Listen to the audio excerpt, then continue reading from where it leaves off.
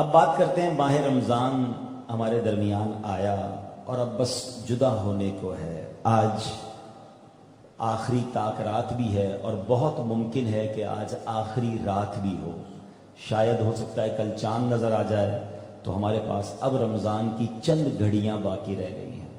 میرے آقا مدینے والے مصطفیٰ صلی اللہ علیہ وسلم فرماتے ہیں، اگر میری امت کو معلوم ہوتا کہ رمضان کیا ہے تو وہ تمنا کرتی کہ سارا سال ہی رمضان، مگر اب تو رمضان جانے والا ہے۔ دنیا میں کوئی بہترین مہمان، کوئی بہترین شخصیت ہمارے گھر آئے، ہم کیا چاہتے ہیں؟ اس سے کوئی تحفہ لے لیں، کوئی یادگار لے لیں۔ آج کل تو یادگار کا ایک طریقہ بھی ہے کہ لوگ سیلفی لے لیتے ہیں کہ بھائی چلیں آپ سے ملاقات ہوئی ہے تو یاد رہے گا۔ رمضان جا رہا ہے، کیا یادگار لیا آپ نے اس سے؟ کیا تحفہ لیا؟ رمضان نے ہم سے دو کام بڑے کمال کے کروائے الحمدللہ، ایک روزہ، ایک نماز۔ اب روزہ تو چلے فرض ختم ہو جائے گا، مگر نماز کی فرضیت باقی رہتی ہے، اور نماز سب سے پہلا فرض ہے، یاد رکھیے گا۔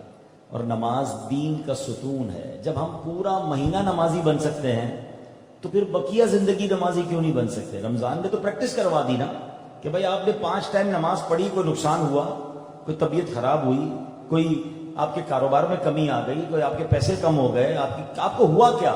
آپ غور کریں تو آپ صحت مند ہوتے جا رہے ہیں، آپ فریش ہوتے جا رہے ہیں، چہروں پر نور آتا جا رہا ہے۔ یہ تو 1 مہینے کی نماز ہے، اگر پوری زندگی کوئی نماز پڑھے تو سبحان اللہ، نور اللہ نور ہو جائے گا۔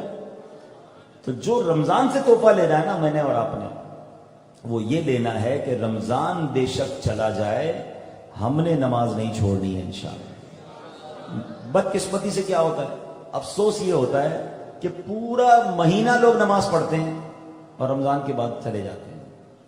یعنی میں اب جو جملہ کہنے جا رہا ہوں، میں تقریباً روز ہی بیانات میں کہہ رہا ہوں کہ ہم زبان سے نہیں کہتے، ہم اپنے ایکشن سے یہ کہہ رہے ہوتے ہیں کہ یا اللہ جب تک شیطان بند ہے نا تب تک ہم نے تیری ماننی ہے، جب شیطان کھل جائے گا تو پھر ہم نے شیطان کی ماننی ہے۔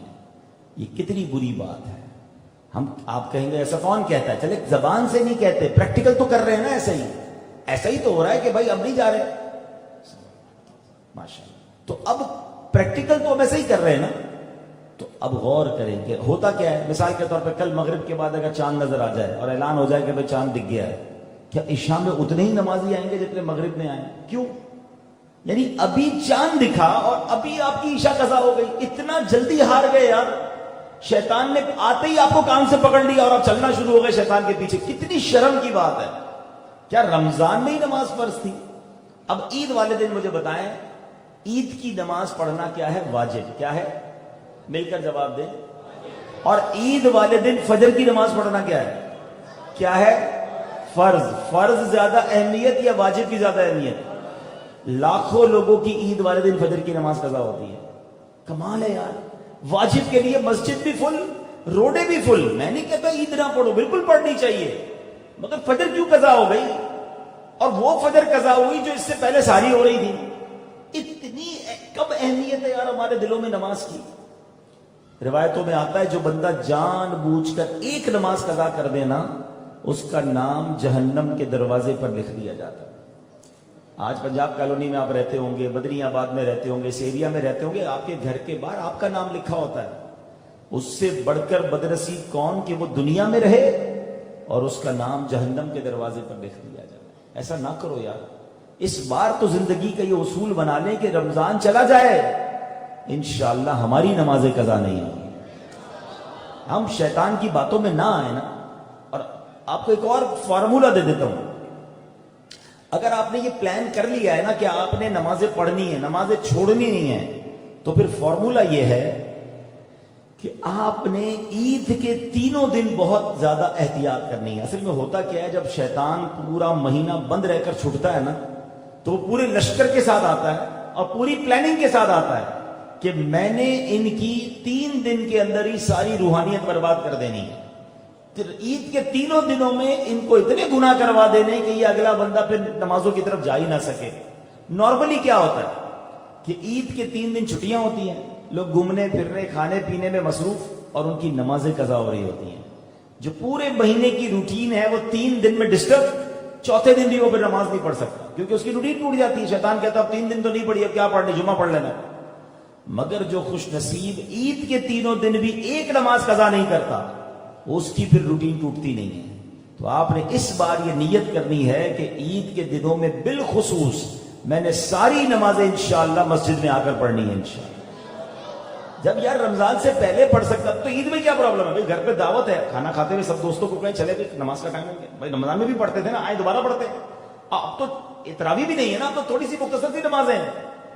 مگر عید کے دنوں میں یاد رکھیے گا, اگر آپ نے واقعی نمازی رہنا ہے نا تو عید کو نماز مت چھوڑنا, کیونکہ طوفان آئے گا برائیوں کا, بے حیائیوں کا, اور شیطان بہا کے لے جاتا ہے اور بہت بڑی تعداد میں مسلمان بہہ جاتے ہیں.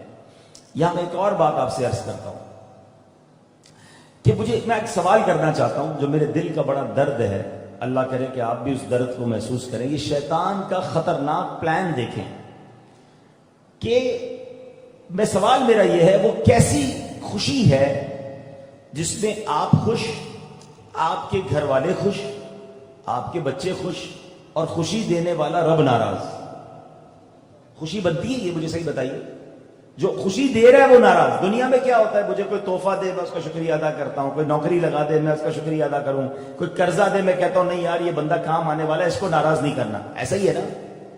وہ رب جو ہمیں سب کچھ دے رہا ہے, افسوس یہ ہے وہ جب نعمت دیتا ہے, جب خوشی دیتا ہے, تب ہم رب کو ناراض کرتے ہیں. آپ ذرا غور کریں, اگر آپ غور کریں نا, یہ صرف عید کی بات نہیں ہے.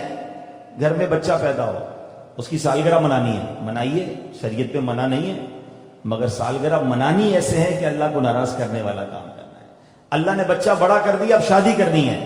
شادی میں کتنے ایسے کام کرنے ہیں جس میں اللہ کو ناراض کرنا ہے. ناچ گانے ڈھول تماشے. اللہ نے نیا گھر دیا ہے, نئے گھر پہ دعوت کرنی ہے, کس نے منع کیا؟ کرے دعوت, پارٹی کرے, مگر اس میں اللہ کو ناراض کرتے ہیں. اللہ نے کاروبار دیا, اس کاروبار کی اوپننگ رکھنی ہے, بالکل کریں, قرآن خوانی کریں, دعائیں کریں, لوگوں کو کھانا کھلائیں. نہیں, اس میں ناچ گانے ڈھول تماشے کرنے تاکہ اللہ کو ناراض کریں. آپ اگر غور کریں نا, اتنا خطرناک یہ شیطان نے پلاننگ پتہ نہیں کیا ٹیوننگ کر دی ہے دماغ میں کہ جب خوشی منانی ہے, جو بھی اللہ خوشی دے دے نا اس میں اللہ کو ہی ناراض کر دو. اچھا پھر ہم کہتے بھی ہیں میری خوشیاں رہتی نہیں ہیں, نظر لگ جاتی ہے, میں نے کاروبار شروع کیا بالکل چل نہیں رہا, نیا گھر لیا گھر میں سکون نہیں ہے, بچے کی شادی کی, بچے شادی کے بعد پریشان ہیں, جناب بچی سسرال میں پریشان, ان کے یہاں اولاد نہیں ہو رہی, حضرت دعا کر دیں. اللہ کے بندو, ان تمام خوشیوں میں تم نے کسر چھوڑی تھی اللہ کو ناراض کرنے کی.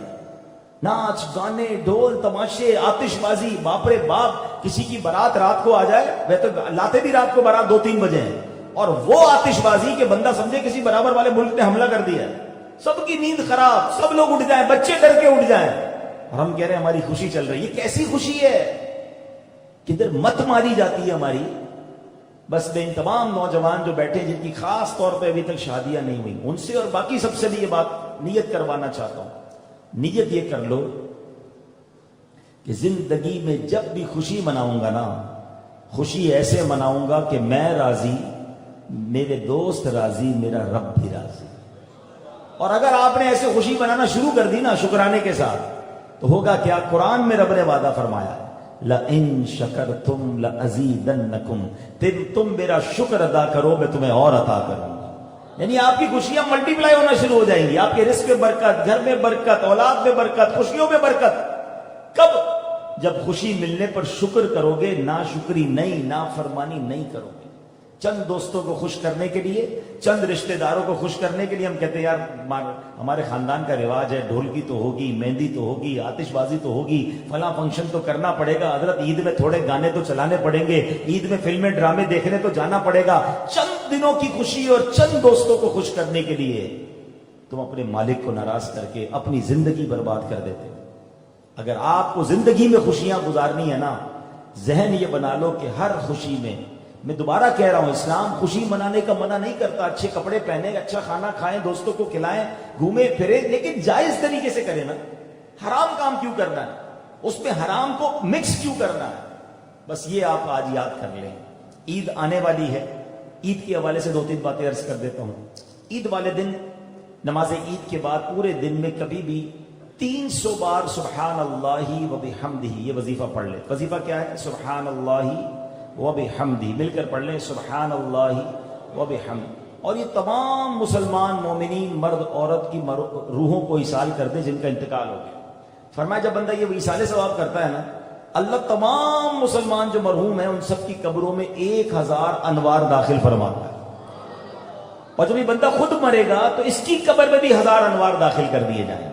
تو عید والے دن یہ وظیفہ پڑھنا ہے. عید کی نماز کے لیے جب نکلیں گے تو سنت یہ ہے کہ کچھ میٹھا کھا کر نکلیں. 1 کھجور کھا لیں، 3 کھا لیں، بھوکے پیٹ نہ جائیں. بقرہ عید میں الگ ہے کہ عید الاضحیٰ میں اگر قربانی کر رہے ہیں تو قربانی کر کے اس کی کلیجی سے یا اس کے گوشت سے کھانا شروع کریں. عید الاضحیٰ میں کچھ آپ عید الفطر کی نماز پڑھنے اگر جا رہے ہیں تو کچھ نہ کچھ میٹھا کھا لیں گے. اور آپ جب آئیں گے تو ایک راستے سے آئیں، دوسرے راستے سے واپس جائیں کہ یہ بھی نبی پاک کی سنت ہے. عید والے دن غسل کرنا، نئے کپڑے ہوں تو نئے ورنہ صاف ستھرے کپڑے پہننا، ناخن تراشنا، مونچھیں وغیرہ غیر ضروری بال اس کو صاف کرنا، اچھے طریقے سے غسل کرنا، خوشبو لگانا، یہ عید کے مستحبات اور سنتیں ہیں. عید کی نماز پڑھ لیں تو اس کے بعد ایک دوسرے سے ملاقات کرنا، مصافحہ کرنا، عید کی مبارکباد دینا، یہ بھی سنت اور مستحبات میں سے ہے اور یہ بھی اچھے کاموں میں سے ہے. تو عید کی ان سنتوں اور آداب کو بھی پیش نظر رکھیں. ہاں، عید والے دن رحمتیں خاص برستی ہیں. اللہ پورے رمضان میں جن لوگوں کی بخشش نہیں ہوئی ہوتی یا جتنی بخشش ہوئی ہوتی ہے اتنے لوگوں کو عید کے دن بھی بخش دیتا ہے. لیکن بخشش والے دن اللہ کو ناراض مت کیجیے گا. میں اللہ کریم سے دعا کرتا ہوں کہ رب کریم ہم سب کو عید کی حقیقی خوشیاں نصیب فرمائے. اور سچی بات تو یہ ہے کہ عید کی حقیقی خوشی یہ ہے کہ تیری جب کہ دید ہوگی، جب ہی میری عید ہوگی، میرے خواب میں تم آنا مدنی مدینے والے. عید کی نماز سے پہلے فطرہ دینا صاحب نصاب پر واجب ہے. تو جو صاحب نصاب ہیں وہ اپنا فطرہ ادا کریں، اپنا بھی ادا کریں، اپنے بچوں کا بھی ادا کریں. فطرے میں 4 کیٹیگریز بیان ہوئی ہیں: جو، کشمش، کھجور اور گندم. جس کو اللہ نے بہترین نوازا ہے وہ بہترین فطرہ دے، اور جو نارمل لائف گزار رہا ہے بے شک وہ گندم کا فطرہ دے. فطرہ انشاءاللہ آپ کو پاک کرنے والا فرمایا قرآن و حدیث میں، یہ عبادتوں کو مقبول کروانے والا کام ہے. تو فطرہ بھی ادا کریں. اور فطرہ جہاں دیگر سنی مساجد اور ادارے جمع کر رہے ہیں انہیں بھی دیجیے، اور دعوت اسلامی بھی آپ کی ہے اس کا بھی ساتھ دیجیے. اللہ ہماری دعوت اسلامی کو ترقی عطا فرمائے، اس مسجد کو شاد و آباد فرمائے، پنجاب کالونی اس کے اطراف میں رہنے والے تمام عاشقان رسول کی خیر فرمائے، سب پر رحمتوں اور برکتوں کا نزول فرمائے. یہاں کے بچے کو نمازی بنا دے. جو بزرگ مجھے نظر آ رہے ہیں ان میں جو بیمار ہیں اللہ انہیں شفا والی، صحت والی، عافیت والی زندگی عطا فرمائے. اللہ اس مسجد کو بنانے والے اور آباد کرنے والوں کے گھروں کو آباد فرمائے. یہ جو عید کے 3 دن ہے نا یہ سب سے زیادہ مشکل ہوتے ہیں. جو ان 3 دنوں میں نماز پر پابند رہا نا، مسجد کی چھٹی نہیں کی، اس کے بعد وہ پابند ہو جائے گا انشاءاللہ. کیونکہ یہ 3 دن شیطان بہت زور لگاتا ہے، شیطان کے چیلے بھی بہت زور لگاتے ہیں. میں آپ کو ایک بات بتاؤں، امیر اہل سنت جو ہے نا، بانی دعوت اسلامی، یہ کمال کی شخصیت ہے. ان کی باتیں بہت ساروں کو بہت بعد میں سمجھ آتی ہیں. میں اپنی بات کرتا ہوں، جب بہت پہلے امیر اہل سنت نے ایک اعلان کیا تھا کہ عید کے 3 دن مدنی قافلے میں.